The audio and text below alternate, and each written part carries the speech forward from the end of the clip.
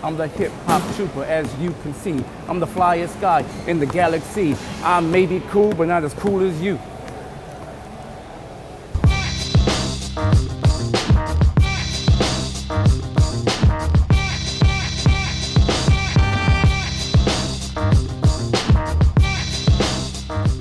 So, Stryder is your name. Yeah. You're the hip-hop trooper now.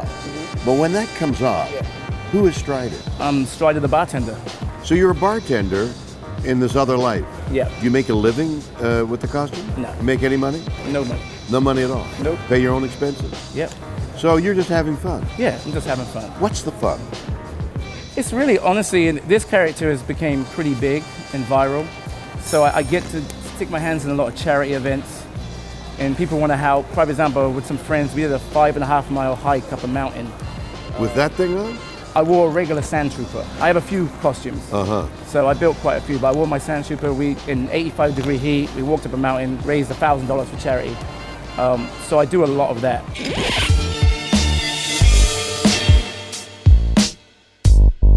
You were the first person in space to actually have a hip-hop swag.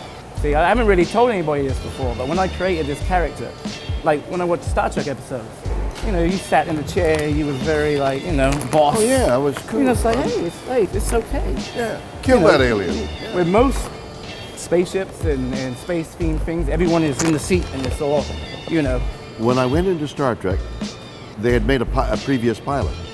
And I said, everybody's taking themselves too seriously. You're on board a ship for 5 years.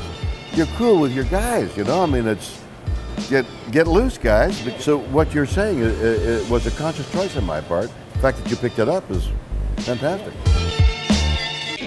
So tell me about you and hip hop. All of us, our childhoods, we all had an escape route. Some was crime, some was drugs. Mine was hip hop and movies and Star Wars, and Star Trek and Battlestar Galactica and all of that type of stuff. That was my escape route. So when I created this character, it was easy for me to combine my childhood. Because, I remember school, everybody was doing things they shouldn't have done. I had my Walkman on. I was just listening to Public Enemy the whole time because I seen things happen. I seen friends that were joyriders that crashed and died. I saw friends that were addicted to drugs. I saw friends that had kids. I saw all this stuff and I was like... Friends, when you were that young, they were doing those things. Why did you take another course? Honestly, my parents. Yeah, it was really strict on me. And you created this character, even then? It was in my head for a long time. I used to take action figures and pop the heads off and redo them to my liking.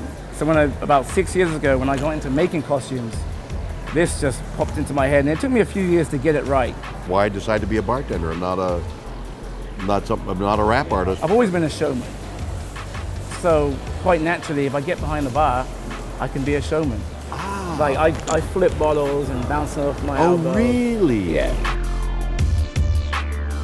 This is brown bag wine tasting. I have no idea what wine is in there. Okay. I'm going to consider you a bartender, okay? And you're going to describe what this wine is like in bartender terms. So it's fizzy, it's sweet. It's straight up English. Exactly. Yeah, nothing right. fancy. And then after that, I want you to rate the wine the way the wine magazines do, usually between 85 and 95. So you'll give it a number as to how good or bad you think it is. So here's to you, man. Well, cheers. It's a pleasure. Mine.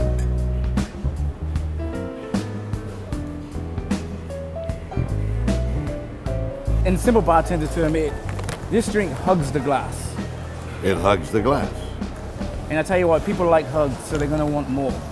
It's like raindrops on the windowsill on your day off, when you have nothing to do. That's poetic, And man. it's nice. It's calm. There's a rap line there somewhere. It could Raindrops be. on the window pane while I be. sip the wine. Yeah. It's not in vain. You need to wear this one day. You'd be good. Wouldn't fit, unfortunately. What else you got here? We'll give it a rating. I'll give it an 86. Not that good.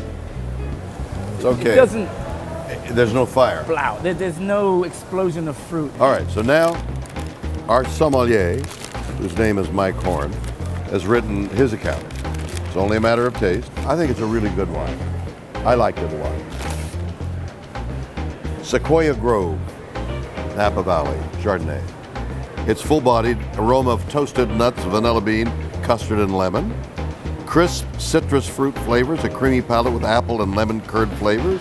Barrel fermented in French oak, pairs with seafood or cream-based dishes. Our sommelier gives it an 89. A little higher than yours and lower than mine. Pleasure to meet you. You too, sir. Take care, man. Thank you.